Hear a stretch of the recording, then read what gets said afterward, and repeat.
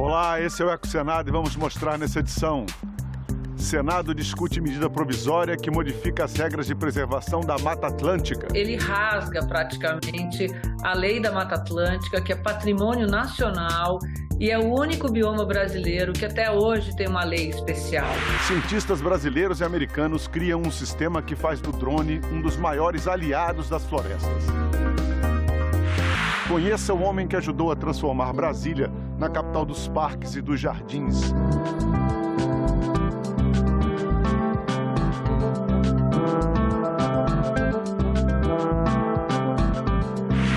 No quadro Ideias Verdes, um método que usa energia solar para converter garrafas PET e CO2 em produtos industriais. Com um pequeno reator solar e a ajuda de um catalisador, eles realizaram o que se chama de conversão fotoeletroquímica.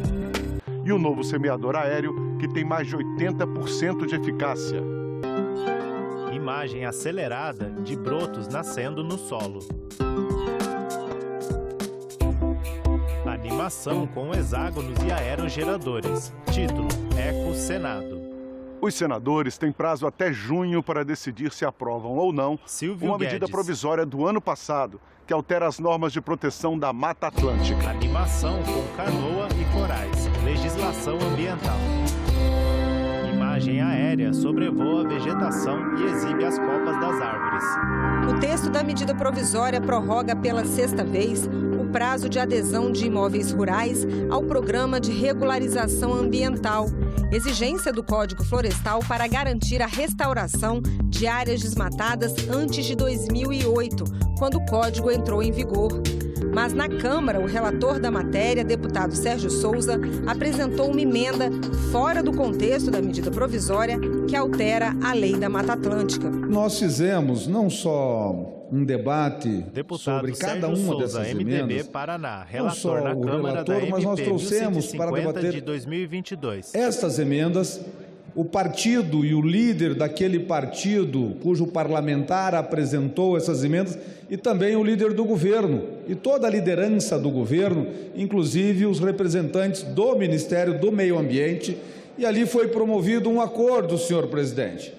E o acordo que nós promovemos para acatar estas emendas foi de que colocamos no texto como acatado pelo relator, mas não há compromisso por parte do governo de sanção e, se houver veto, fica o compromisso de manter o veto. Não contentes com o projeto que alarga ainda mais o prazo para os desmatadores, vem as emendas jabutis.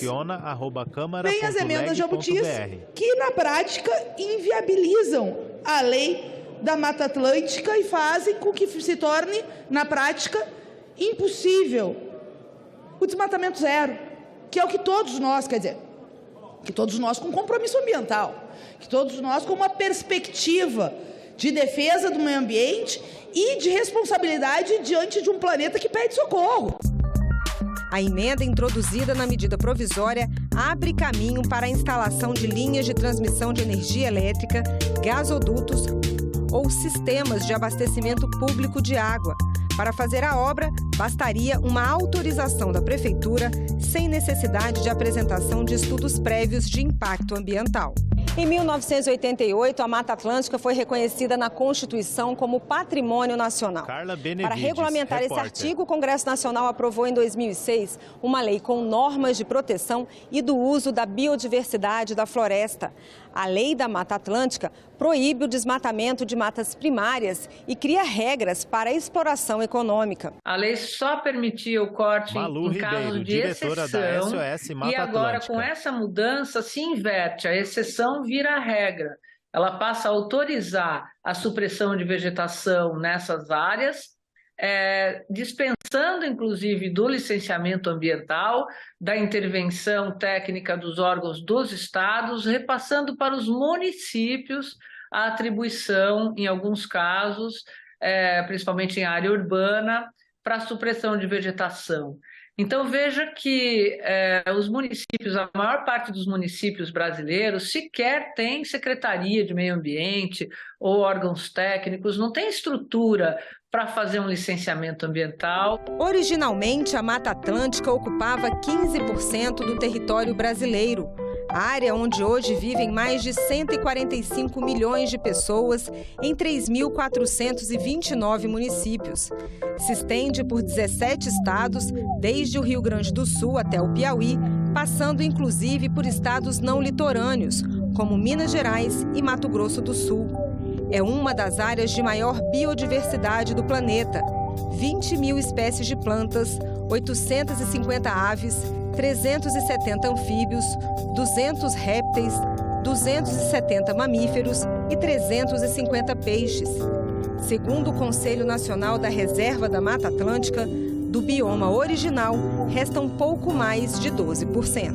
Isso vai afetar não só 70% da população do Brasil que vive em área de domínio da Mata Atlântica, nos 17 estados que o bioma abrange, mas principalmente o próprio agronegócio que está em regiões de Mata Atlântica em acelerado processo de desertificação, tanto no Nordeste como no Sul do país. O senador Fabiano Contarato, vice-presidente da Comissão de Meio Ambiente do Senado, defende a rejeição da emenda aprovada pela Câmara. Ele tem um âmbito muito maior. Então, você analisar de forma micro e estabelecer, dando autonomia para o município fazer isso, é como se você estivesse numa disputa tributária em que vai ser a lei da oferta e da procura. Os municípios vão começar a flexibilizar essa violação de APPs, né, de área de preservação, permanente preservação, ou violando esse direito ambiental a qualquer preço. Então, ele tem pontos ali que são graves, que tem que ser expurgado. O que nós vamos lutar é para que retire esses jabutis, que são matérias estranhas ao texto original da medida provisória, para que seja aprovada apenas a medida provisória na forma original em que ela foi concebida. Organizações em defesa da Mata Atlântica se reuniram com o vice-presidente da República, Geraldo Alckmin, com a ministra do Meio Ambiente, Marina Silva, e com o relator da matéria no Senado, o senador Efraim Filho, para tentar impedir que as mudanças feitas pelos deputados na MP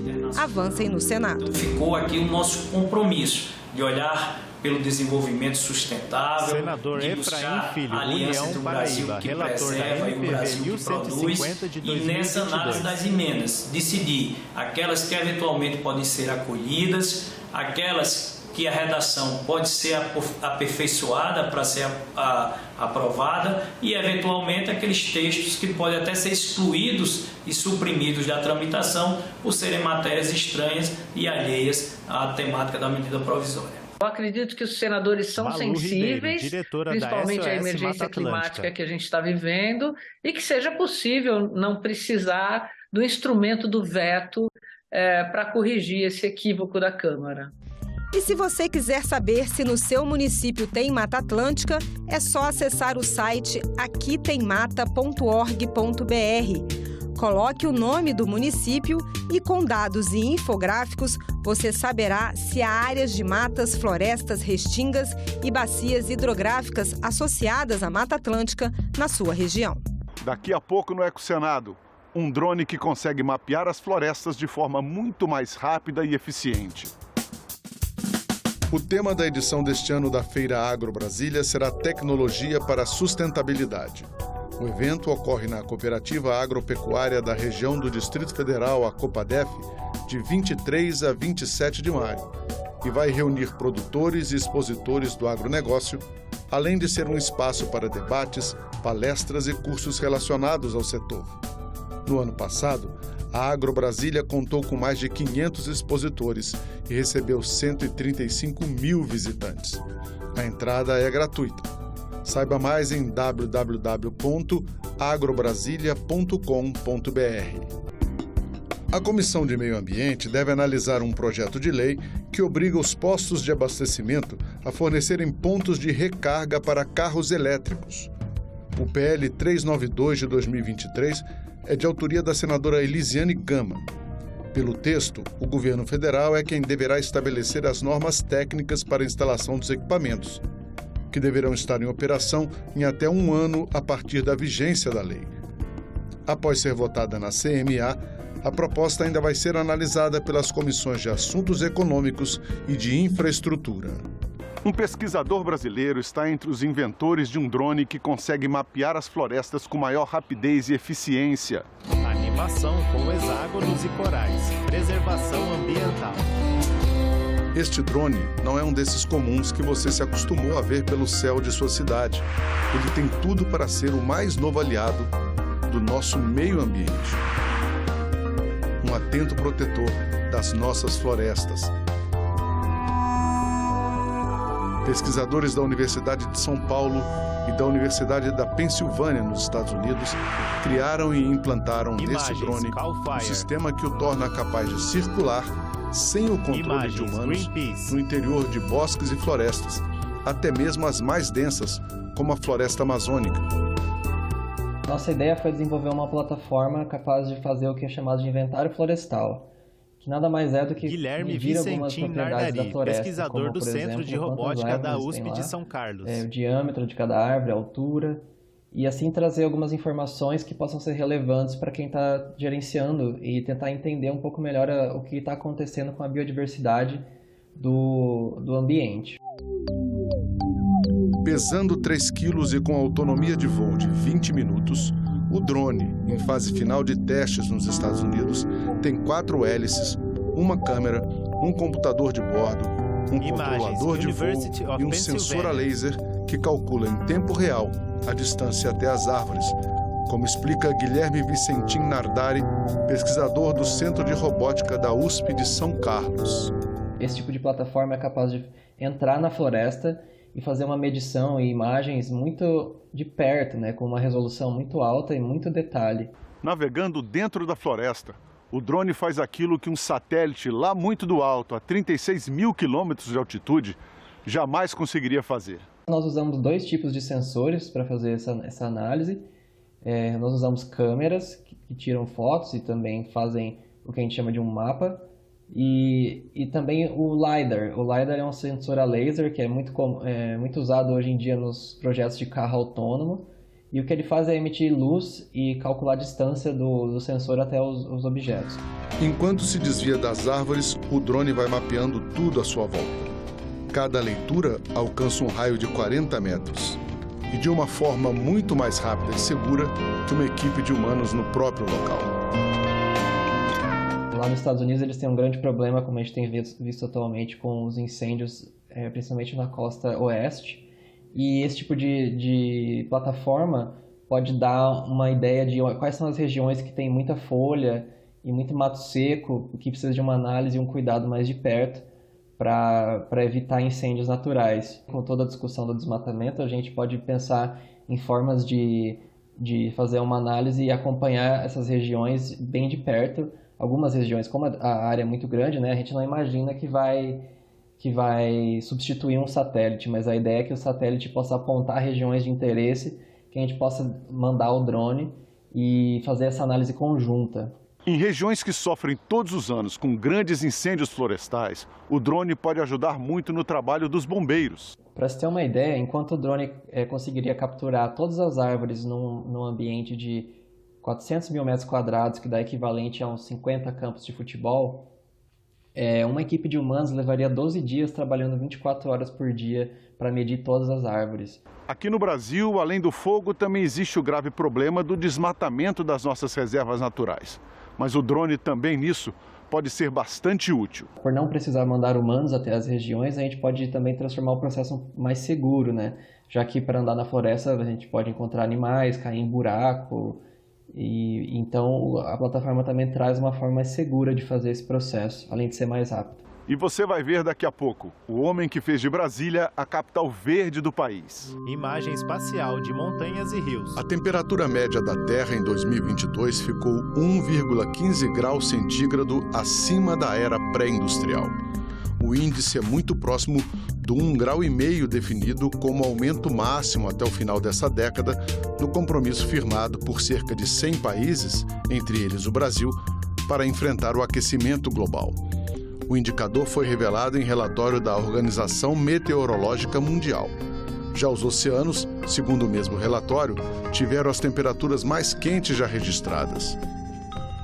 O início de 2023 foi o segundo pior trimestre em relação ao desmatamento da Amazônia desde 2008, de acordo com um boletim divulgado pelo Instituto do Homem e Meio Ambiente da Amazônia, o IMAZON.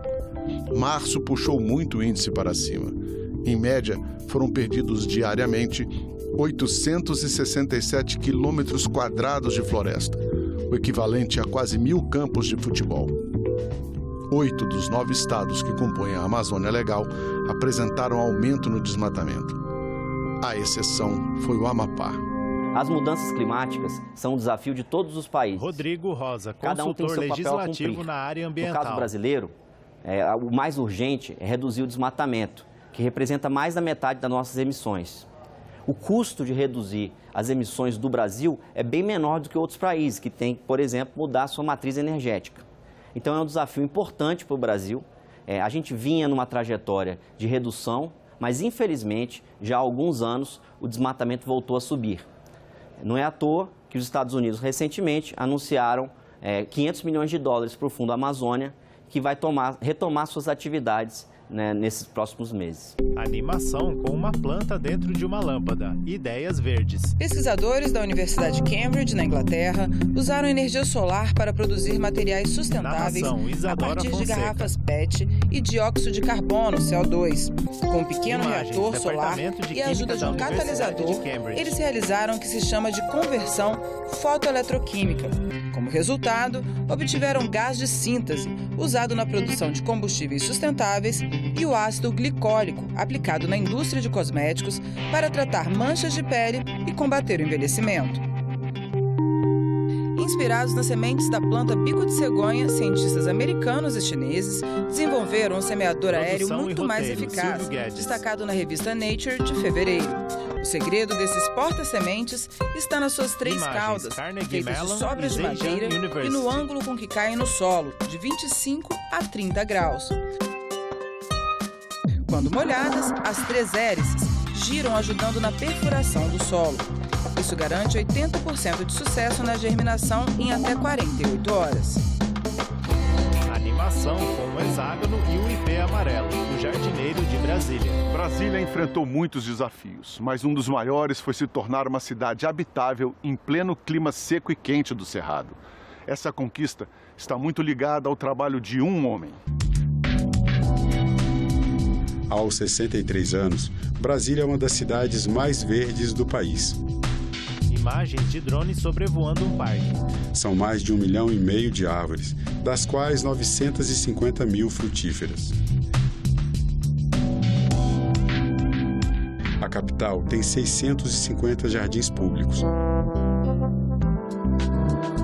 A câmera lentamente se move, exibindo um canteiro com flores e árvores. E 50 metros quadrados de área verde por habitante. A tela exibe uma vista aérea das ruas planejadas da cidade. Exibe pessoas caminhando em parques e as muitas árvores da cidade. Grande parte desse patrimônio foi construído por determinação de um homem, Ozanam Coelho. Não foi um trabalho simples. Nos primeiros anos, para arborizar e amenizar o clima da nova capital, erguida em pleno cerrado, foram trazidas diversas plantas exóticas, aquelas que não são nativas da região, vêm de outros biomas e até de outros países. Mas elas não se adaptaram ao clima do cerrado. É quando entra em cena Francisco Ozanam Correia Coelho de Alencar, conhecido como Jardineiro de Brasília, ou o pai dos ipês. Ozanam veio para Brasília em 1969, pouco depois de se formar engenheiro agrônomo pela Universidade Federal do Ceará. E logo foi trabalhar no viveiro de plantas do Departamento de Parques e Jardins da Companhia Urbanizadora da nova capital, a Nova Cap. Ozanam logo virou chefe do setor e com isso mudou os rumos da arborização de Brasília, priorizando espécies nativas do Cerrado, em especial os ipês, plantados nas décadas de 70 e 80, que hoje colorem a capital no período da seca. Ele contava que a W3 Sul, naquela data, ela foi arborizada toda numa noite só. Parques e Jardins da Nova Cap. Do Rio de Janeiro, naquele momento. E essas mudas, apesar de um plantio muito bem feito, né, acompanhado por um excelente agrônomo que era o Ozanam, né, um cara de nível de entendimento altíssimo, né, as árvores não foram para frente. E aí, naquele momento, lá no próprio Senado, os senadores que eram ainda defensores de Brasília não ser a capital, falavam que Brasília era um lugar tão ruim para se viver, um cerrado tão pobre, tão difícil que nem as árvores iam para frente. Porque naquele primeiro momento era a construção que prevalecia. O cerrado a gente descartava e depois a gente replantava. Mas depois terminou-se chegando à conclusão que o cerrado era o maior tesouro que a gente tinha. E a gente tenta preservar isso até hoje.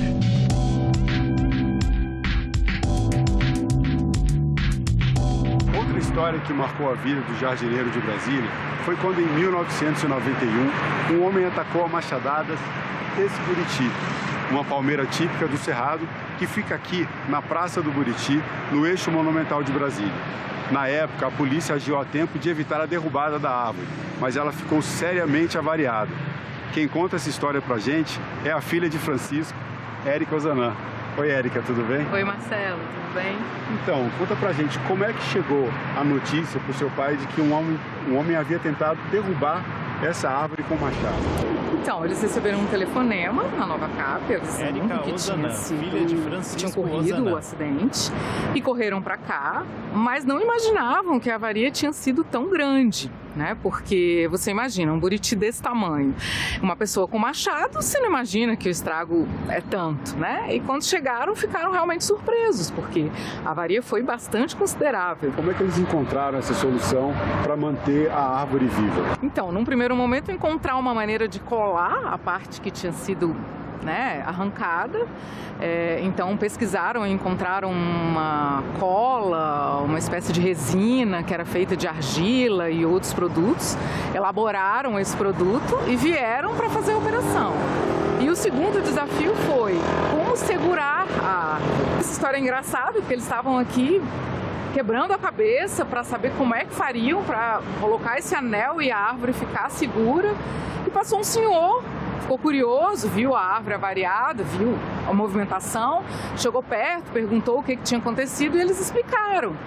E falaram, olha, a gente está com muita dificuldade porque a gente não está encontrando um jeito de segurar essa árvore. E ele disse, olha, eu acho que eu posso ajudar. Eu estou com um circo aqui na cidade e a gente faz muito isso no circo. A gente usa estruturas de cabo, de aço, para segurar a lona do circo. Talvez a gente possa usar a mesma lógica aqui na árvore. E aí, eles carregaram o moço e falaram, vamos lá então.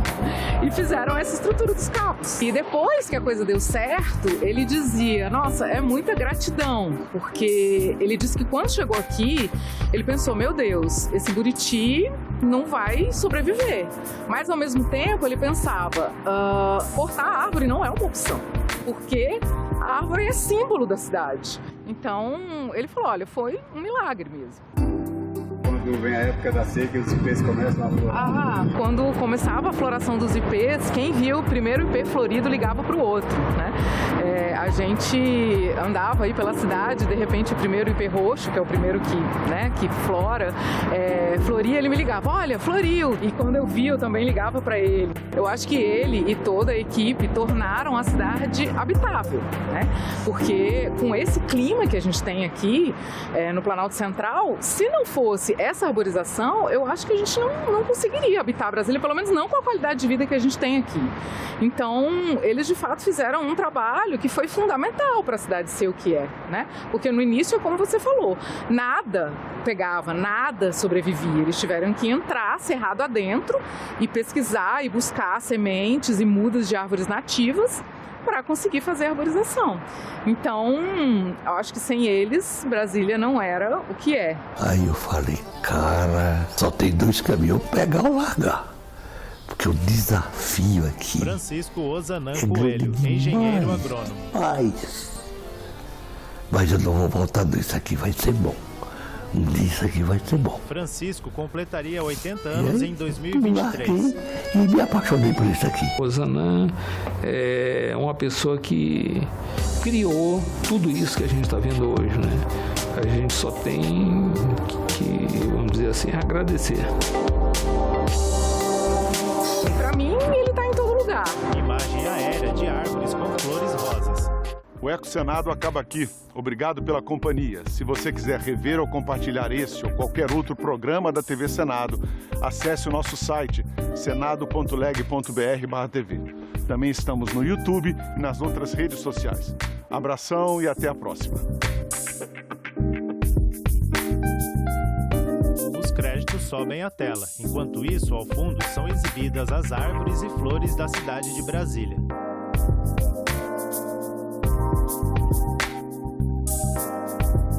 TV Senado 2023.